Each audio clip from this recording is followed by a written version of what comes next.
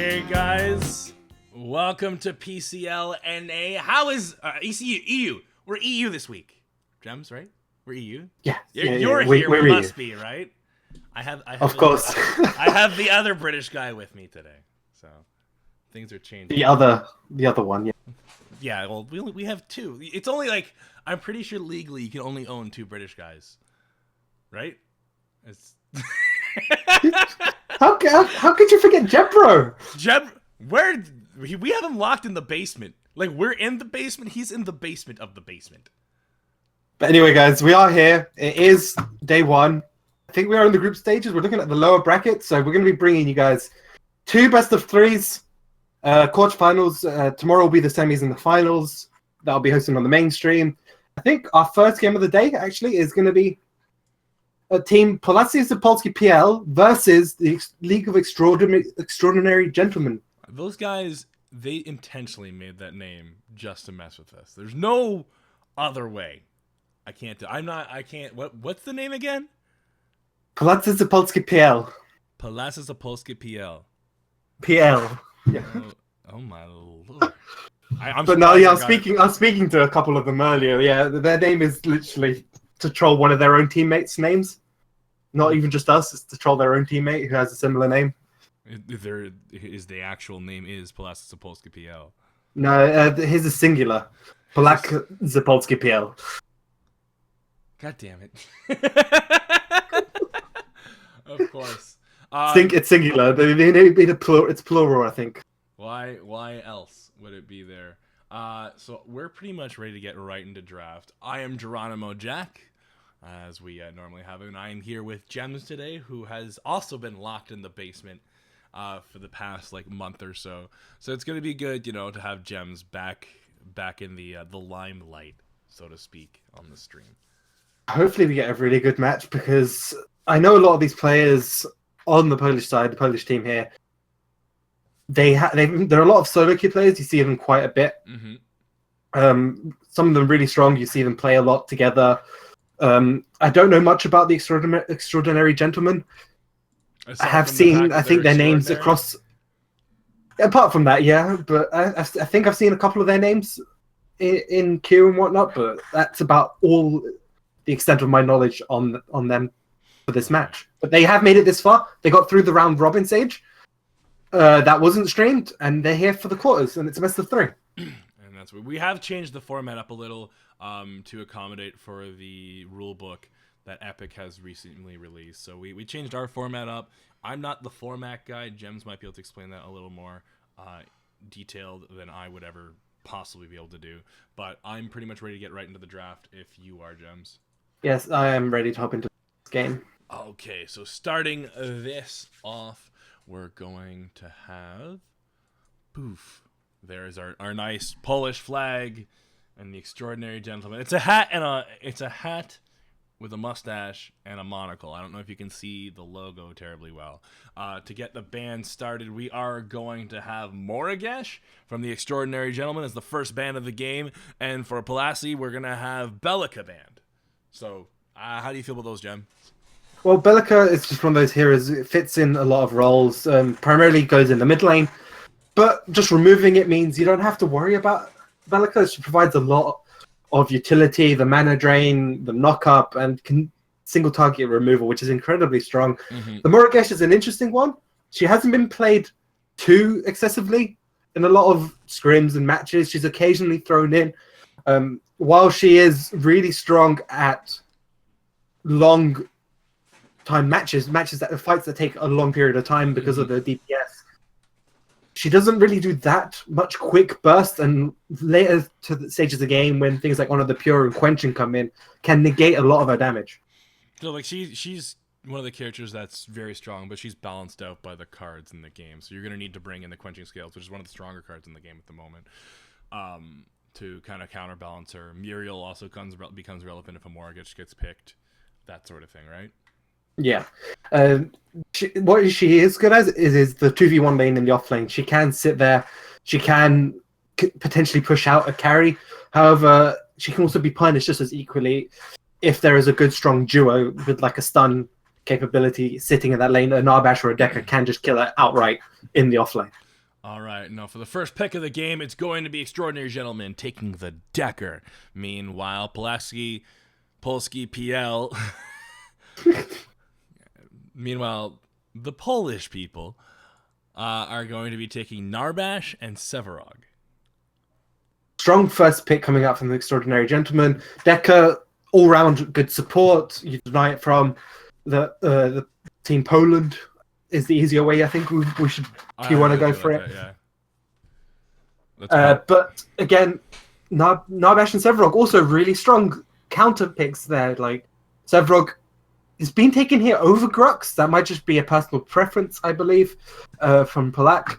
He likes to play a lot of Severog. I've seen in queue, so I feel like that's the main reasoning for taking that over the Grux, which we've seen being extremely prevalent. It's having the long range CC, the frontline tank potential of Severog, is really good. Combined with the Narbash, they have a pretty strong frontline. Even though Narbash isn't quite a frontliner, he can act like one when he needs to, and body block and just get in the way of that damage and mitigation and everything like that. Going in for Extraordinary Gentleman, the next picks are going to be Howitzer and Sparrow. So already that Decker cage is being utilized very, very heavily. Yeah, they've set up for a Decker Sparrow Howitzer combo. So that comp is extremely reliant on the Decker cage landing on multiple targets, because Sparrow, while she is arguably the strongest late game carries, I feel like Twin Blast still can outpace her in most 1v1 fights, even in the later stages. And even things like Murdoch is still pretty good. Obviously, I think Revenant has been disabled. I think we're following the full rule set, so there won't be any Revenant. No Revenant today, guys. Just if you're no Revenant. So that otherwise Revenant would have been a better pickup, I believe, but we're not going to be seeing that today or this week.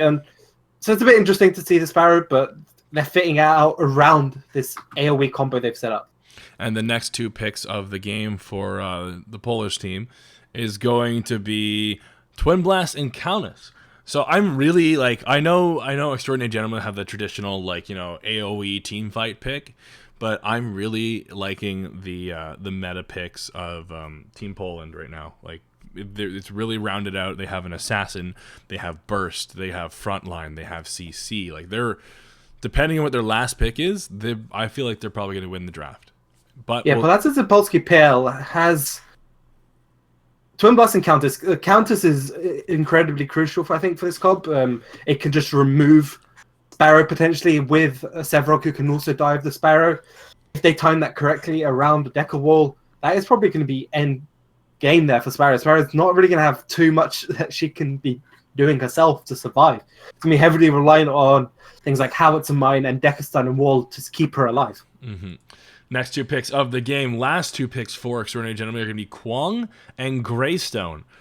So they have a little bit of CC coming out. They have a good chunk of CC coming out of Decker. Their front line doesn't have that lockdown outside of Kwong.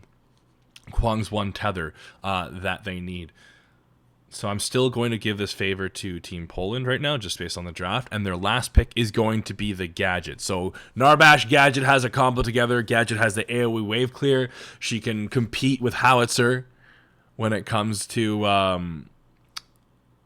down to the ultimates. She's got all that under control as well. So they still have a lot of burst, a lot of AoE on their team, while having that strong frontline and that damage mitigation and that CC that everyone else does. However, though, if Extraordinary Gentlemen do land a part of their combo, just even Decker, if Decker Cage lands, if that containment field manages to land, you're going to see a Howitzer ult on top of that, Sparrow ult, and a Quang ultimate. All three of them, all above it. It's a wombo combo. And then worst case scenario, they survive. Greystone's going to be there the whole time, getting in the way. They don't have a great way to deal with Greystone, to be honest. Mm-hmm. On PolacyZpolskiPL, they have to kind of burst him down or try to remove him from the fight, but it's going to be a bit tricky. Narbash is going to have a lot of work cut out for him to keep Twin Blast alive here. Of course, I don't know which players are going to be playing it. I suspect Polak is actually going to be sitting on that Severog. That's all I know, really. You know what I really think it is that we've seen Howitzer, Decker, whoever comboed together so long. I just like seeing the refreshing team. I think that's why where my bias might be right now. Just, seeing a Countess pick with the Narbash pick, the Sevarog, like the newer team comps we've been seeing over the past couple of weeks that haven't been traditional in the past. And that's where I think it's a little more refreshing, a little more, new to look at, sort of thing. But overall, who do you think has advantage based off draft here? Based off draft, I think it's actually really close. I mean, I really like Twin Blast over Sparrow just in general. He has a much stronger kit at all stages of the game. He can still take Raptors incredibly quickly. But it's going to be reliant on like who can achieve what their competition is trying to achieve. PolacyZpolskiPL have to get that one pick off. If they get that pick with like a counter Sevarog or Narbash right at the beginning of a fight, they'll most likely take the match. But if they don't get it, I think Extraordinary Gentlemen can, if they manage to stall for long enough and get their combo going in sort of 5v5 fights around Raptors, around Prime, that is exactly what is going to work out for them. Those are the sort of fights they want to take, and they have a chance to completely wipe out PolacyZpolski. Yeah. And it's going to be tricky. I mean, it's going to be a fight of who has the best vision and who can get either a pick or a team fight around an objective that they want to take. Okay, well, we could talk about this all day, Gems. Or we could actually get into the game. How do you feel? We can. I'm already... Are you at 5 seconds? Yes, I am. Okay, so ready? 3, 2, 1, and go. So we're going to get right into the game here, guys. It's going to be game 1 of Paragon Competitive League Europe, number 7. We're on number 7, right? 4? Thinks. I'm not sure about EU. EU is the third one, I think. Fourth. We're on the 4th. We're on... Okay, so... We also, don't forget Maturino code PCL EU 4. Yeah, there we go. Gets you the free donation to donate to these guys who are playing here on the EU side of things. And let's just jump straight into the teams. So, on the team of the Extraordinary Gentlemen... Oh, you would do this to me, wouldn't you? Kill. Howitzer. We've got Jax is on the Howitzer, Alsh King on the Decker, Sappy on that Sparrow, Zesh on the Greystone, and Falush on that Quang. All right, over on Team Poland, I can't even try. Okay, on Poland. Cokes, no, I got it. Let me try this. We got Koksu rocking the Master Countess. Miss QQ is going to be Nardash. Prodigy on Gadget in the mid lane. PolacyZpolskiPL is Sevarog. And Satori, the ADC Twin Blast. It's interesting because we're actually seeing Satori as an actual known support player across EU servers, playing on this carry for this tournament. And I was speaking to him the other day. This team just kind of entered for fun. Didn't really.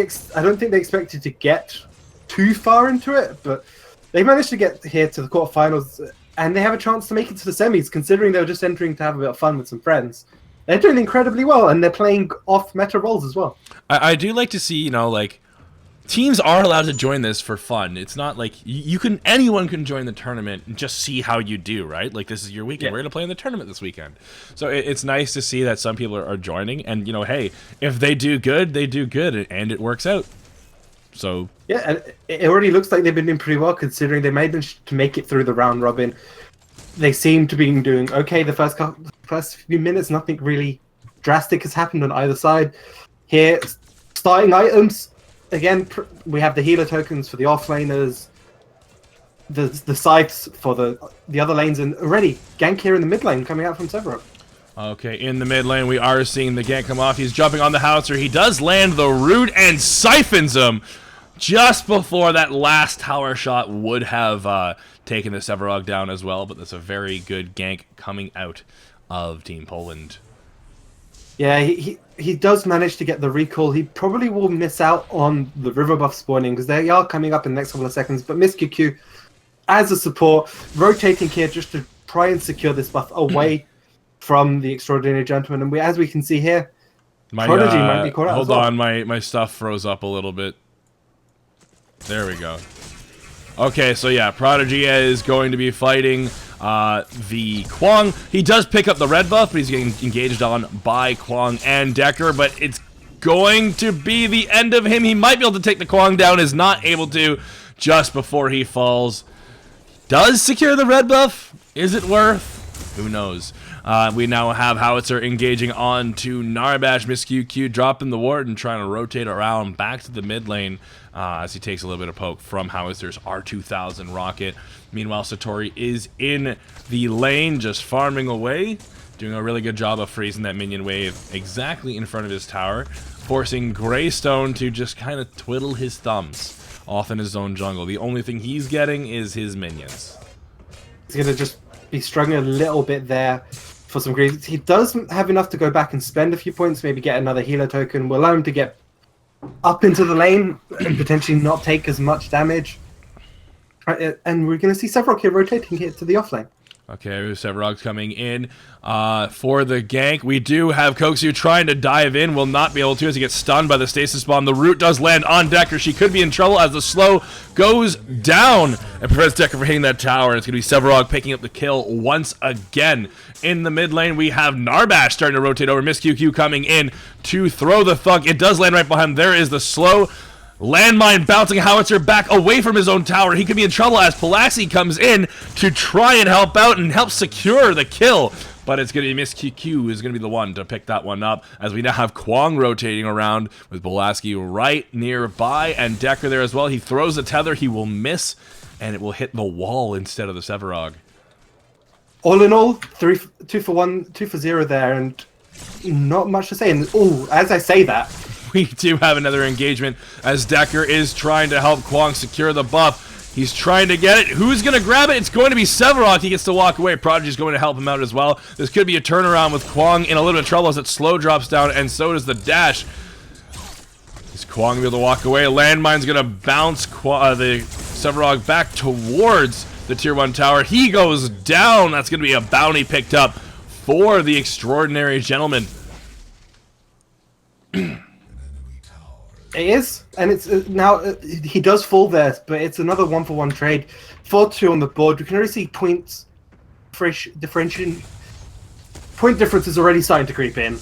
Yeah. Tori 9 points, just been allowed to sit there and farm for free. Hasn't been punished. Sitting already really far ahead of the pack in terms of creeps. He's about 8 or 9 creeps ahead here of Xappy, and it's gonna keep growing. I mean, we're 6 minutes in. In 3 more minutes' time, Raptors are going to spawn, and we're going to probably see a lot of rotations happening around that. Engagement going on in the mid lane right now as Prodigy does try and fight out the Howitzer, but just at the last second, Lelouch comes in, lands the tether, allowing Howitzer to get that R2000 rocket off without any sort of difficulty, and he will win the engagement just barely. All thanks to the jungler. Jungler doing work there. Extension coming out here from Prodigy. Tried to go for the kill without a real great vision of where anyone else was, and he ends up getting punished for it. And you can already see Extraordinary Gentleman holding on already at this point in the game pretty well. Yeah, this is a very aggressive game. We've had 4 or 5 ganks going off already. Falush coming in, tries to get the tether. He will miss. Greystone following up as well with Pulaski coming in from behind the tower. Goes for the ultimate, throws Falush closer to Satori, who gets thunked and blown up by a grenade. Landmine coming out of Jaxus, who hits 2, and he will try and peel off from there as Sevrog gets smothering him. Grenade gets thrown out, add a little more poke. R2000 returns, will not hit. Now we have Ashi King rotating in as well on the Decker, but he is under vision, and the team fight has more or less dissipated, so he's rotated over for more or less nothing.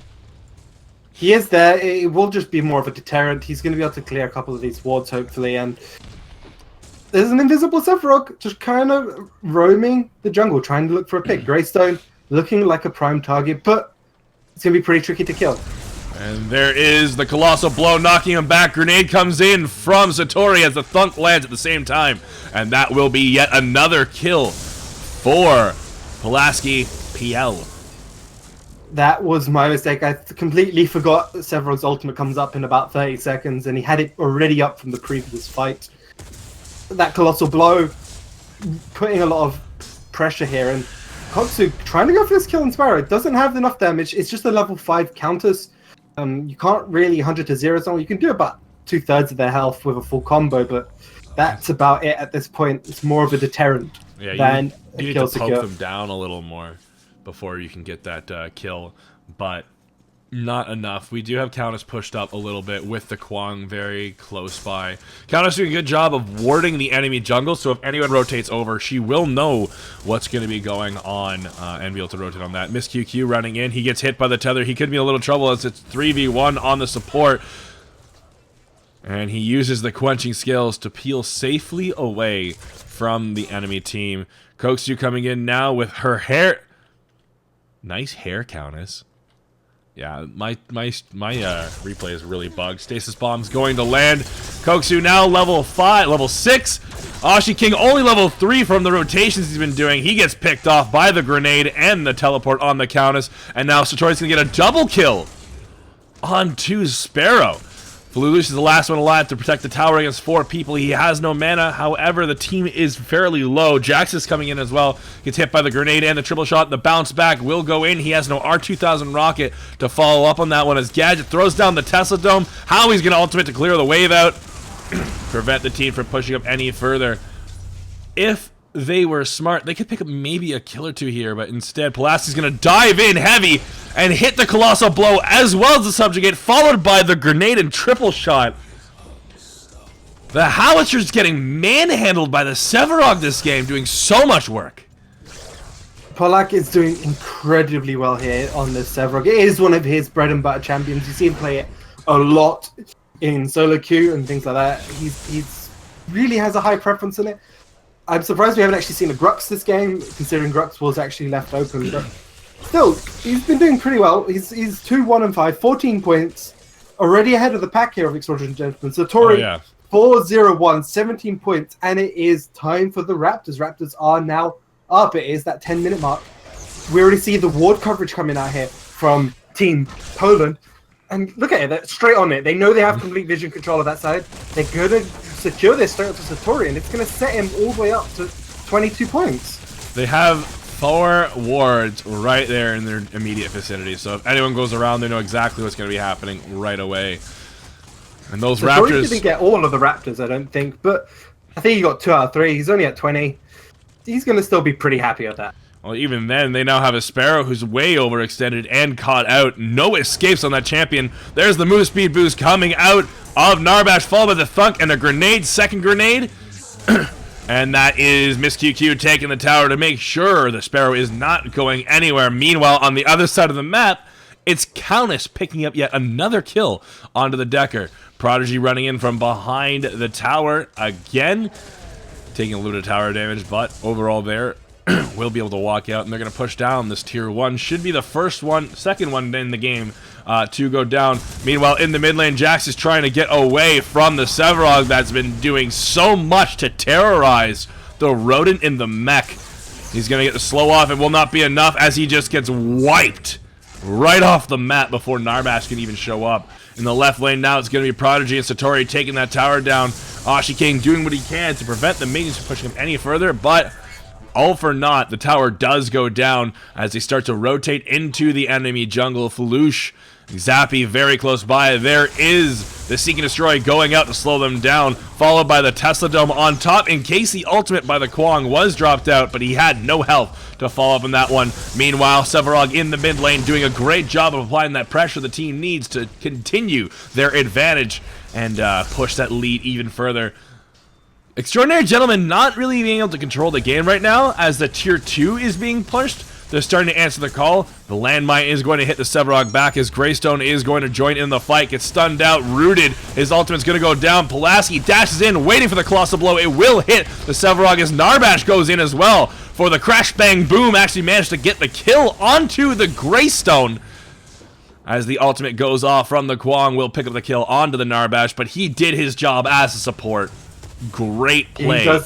He does tank the tower here for the Sevarog, allowing him to get that colossal combo. And already, just look at the card lead we're seeing here. The CXP lead across the board is gigantic here for PolacyZpolskiPL. Satori is sitting at 24 points. Lelouch is only at 12. Yeah, double the points of the Extraordinary Gentleman right now. Pollution expected 11, 12-point cards, and having double the power on Twin Blast, at this point, Sparrow really needs to get to the state game. They haven't had a chance to do that combo at any point in these first 13 minutes. It's been complete sort of what we've been talking about, getting those picks, coming out with counters, getting those picks with Twin Blast and Nabash, and then taking the team fight after they managed to get a single kill. And they haven't been able to mitigate that in any way. They don't have vision control of their own jungle. Counters have been given free reign here. Greystone isn't even attempting to fight her. No, she has no mana, so this is the time where Greystone can fight her. But she's 2 levels ahead of him with the minion wave advantage, so he's not able to do a whole lot here. Can I get the timestamp of you right now? I'm at 13:35, but I don't know if that's 13:45 now. Okay, can we go back? Can we sync up? Can you meet me at? Can you pause at 14 and meet me there? I can pause at 13:45. I just passed. I don't know. Okay, I'm gonna go to 14 minutes, and then I'm gonna go back and forth because I think I have a timestamp up. Okay, I'm nearly at 14 now. 8. Okay, I'm bringing up my spoiler shield. Give 4, me a second here, because I had a weird bug. Okay, I'm gonna go back 10 seconds. I'm at 14. Yeah. Same here. Okay, cool. And when do we? Oh, sorry. Okay, 3, 2, 1, play. And already we see Satori taking already out this Quang here in the offlane and trying to get that kill Lennox back in. We did slightly just miss that. He does manage to get off 1 kill. Look, 602, 80 creeps, 28 points. Looking really rough already here for Extraordinary Gentleman in this first game. I mean, it's one of those things, like, you do have another game to think about what you could have done better, what you can improve the potential for comps, but... That's Greystone going down as well, as we're talking about controlling the game. No control coming to Extraordinary Gentleman. Control here from PolacyZpolskiPL, and they've been doing incredibly well. I mean, I'm surprised considering they're not a team that, as I said, they entered this tournament just to have some fun, but they're looking extremely organized. They're looking playing extremely well, and it's interesting to see how it works. Team fight coming in. Pulaski doing a great job of diving the tower, getting the Colossal blow off once again, and this time it's going to be Howitzer going down to Prodigy as the sticky bomb's going to land on Decker. She's still 15 minutes in the game. She's only level 4. Countess level 9 goes in, deletes her with 1 ability. My God! 15 minutes into the game and they still don't have that containment field, and that is kind of the one ability out of all the abilities on their team they really want and need so that they can even do anything. We're already seeing this Prime straight away coming out from PolacyZpolskiPL, and they're probably going to get it completely uncontested. Oh yeah, it's a 15-minute Prime. This thing is just spawned, and they've burned that down. No one is rotating over there. Everyone has just spawned in the team. I wonder what's going through the minds of Extraordinary Gentlemen right now, as they've just lost the instant Prime. No contest. Prime down. They've lost their tier 2. The point difference that they're going to go and spend now is pretty substantial. You can see Counter sitting on 5 points, Nabash sitting on 4. Prodigy sitting on a fairly decent 8 points as well, unspent. Severog 6 unspent. They're going to come back with a huge number of power. Yes, they won't get to use the full time and duration of the Prime, but they're going to secure probably a few kills, probably another Raptor as well off of this, and they're going to be pretty happy with what that's going to do for them. Raptor's coming back up. Satori's already right on top of them, and that Prime buff is going to help him secure those even faster. Team doesn't even need to be there at this point. Like you said, he's sitting at 34 card points, 6-0 right now. He's picked up as an impact hammer, his very first one. He's going to be going to his crit bonus very shortly. And there's Falush getting caught out by the Severog. He doesn't even get hit by the Colossal Blow. He just dies to the Dark Tide mid-air. Hail of Arrows going down to try and prevent Koksu and Prodigy to get any closer, but they're just there escorting the minion waves into the mid lane onto the inhibitor, and as soon as enough minions get under there, it's going to be bloody. Koksu already diving in, using the Dark Tide to destroy Exapi right off the map. Ashiking goes down to Countess once again. Zest just trying to run away. There is the Quenching Scale, so getting a little bit of health. Greystone's ultimate not for long. He is colossal blown out of the Tesla Dome and blown up. No words. They just... Team Poland using Extraordinary Gentlemen literally as their own personal playthings. Koksu going in once again. Grenade gonna blow up the Kwang. They can't even get out of their fountain. Oh! Great landmine coming out of Jaxus. Putting the Countess into the fountain. Getting instantly deleted. Getting a double kill now. A little bit of revenge onto Pulaski. He could defend the core. Satori now jumping onto the core. Xappy's there as well. Get that ultimate out, guys. You need it. And he's going to get blown up before he can get another landmine off. There is Sparrow using her ultimate to try and dissuade the team from getting on to the core. Only one left alive right now. We have Zesh there as well. They're not going to look to push any more. Actually, no, they're turning back in. They're trying to finish this right now. Instead, they're going to back off now that Falush has joined back into the fight. He could get a good ultimate off and wipe out that advantage they had. They managed to hold on to their core, but... Oh! Instead of ulting, Falush goes in. He's going to chase him down. That could have been a great, easy secure coming out of Falush. Instead, they're going to chase him down. Miss QQ coming in, dropping the Quenching Scales and the Honor the Pure to help out the ADC. And this is going to be... Oh, there is the tether. He's going to run in and still not using the ultimate. Xappy's going to be the one to get the kill with the piercing shot. There is a potential he does have the Quang bug that we've seen. He can't use the ultimate. So that could be a thing. We haven't actually seen it for a while. I'm not sure if that bug still exists or not, but that would be a reasonable explanation as to why he hasn't been able to use that, or it's on cooldown and the replay, the spectator is not actually accurately reflecting that as well. Is also a potential for it. That is very true. I'm surprised if he had it though. I feel like he was holding it back for whatever reason later on. But they do get the kill. They managed to take a kill on Satori. Huge bounty on him as well. He was 9-0 before he died, and it's going to give him some much-needed points, but I fear it might just be a little bit too late. 40 points on Satori when your team are just barely hitting 20. Oh my... Wow. This is one of the first times I've seen it be this severe. But like we said... Well, they've gotten complete control of the Raptors all game.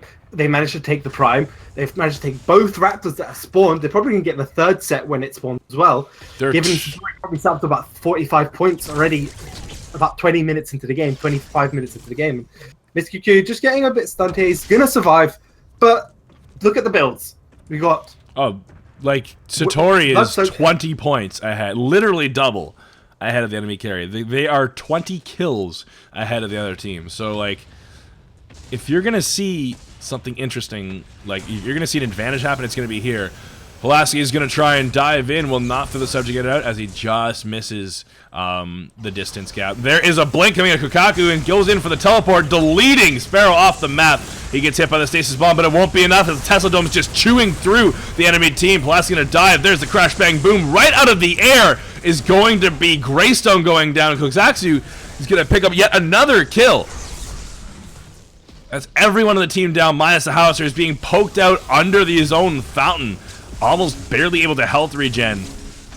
The damage being put up by Satori, and that's going to be a 21-minute game coming out of Team Poland, absolutely dominating Game 1 of the quarterfinals of PCL EU.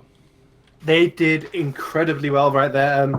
You could see the coordination from people who just like to play a lot together.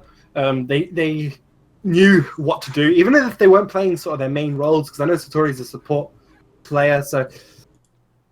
Still, incredible play coming up from them. The comps were fairly equal, I would say. I mean, Grux was available, but no team picked him, which was a bit of a question mark as to why that is. I feel like if they put Kwang off lane and taken the Grux jungle, their team would have had a little more fighting power.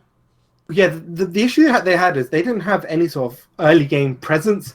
Kwang was just kind of farming up, trying to get there, but he wasn't. Their team were just not allowed to scale. They also had no front line. Just didn't allow them to. They just like, we're going to take fights. We have a Twin Blast who can out-duke out a Sparrow for the first like 30, 40 points. We're just going to go for it. We have Narbash and Sevrok who can join with us incredibly well. And then they kept taking each of these fights one after the other. And it kind of snowballed from there. They managed to get the Raptors, then the Prime. They nearly got the core with the first Prime. And then they came back for this final push. Now, on top of that, like, they picked 2 second engage heroes. They had no true frontline. Grux with the Kwang would have given them a good frontline, because Grux would dive in, get the pull, and the team could follow up after that. With their current setup, they need either the containment field to land first, or they need the Kwang's ultimate to pop off, and that's their only engagement. And by that point, they've committed either a whole hero who's going to get instantly focused right after his ultimate, or they committed a very big resource coming from the containment field to get any sort of engagement in their favor that they choose to fight. With Grux, they could have had that front line dash in, get the pull, and then the team can follow up on that one. Instead, they have a Greystone, they have a Kwang who's not able to like do the same thing that a Sevarog could do or a Narbash could do. Yeah, I completely agree. But their comp was still strong. I think the main issue they had is they weren't allowed time to get that scaling, and they didn't prepare to stall out the game. They didn't really effectively stall it out as they would have hoped. Mm-hmm. They didn't contest things like the Raptors, which they could have contested. They could have gone for it. They could have tried to get parts of their combo down, things like the Make It Rain from the Howitzer down on the Raptor pit. Can actually be extremely devastating, especially since the recent patch where the Raptors are now sitting right at the back on the little ledge. A carry has to go all the way in there to try and get the last hits. Yeah. But yeah, they weren't able to do a whole lot. We're going to get Game 2 ready, see if it's going to be the same thing, or if Extraordinary Gentlemen are going to be able to fight back now that they understand what they're dealing with. Will they be able to adjust their strategy accordingly and put a little bit of bite back in the into their gameplay? And we'll have that for you momentarily, guys. We're just going to take a quick break to get everything set up. Don't go anywhere. PCL EU number 4. Quarterfinals Game 2 in just a second.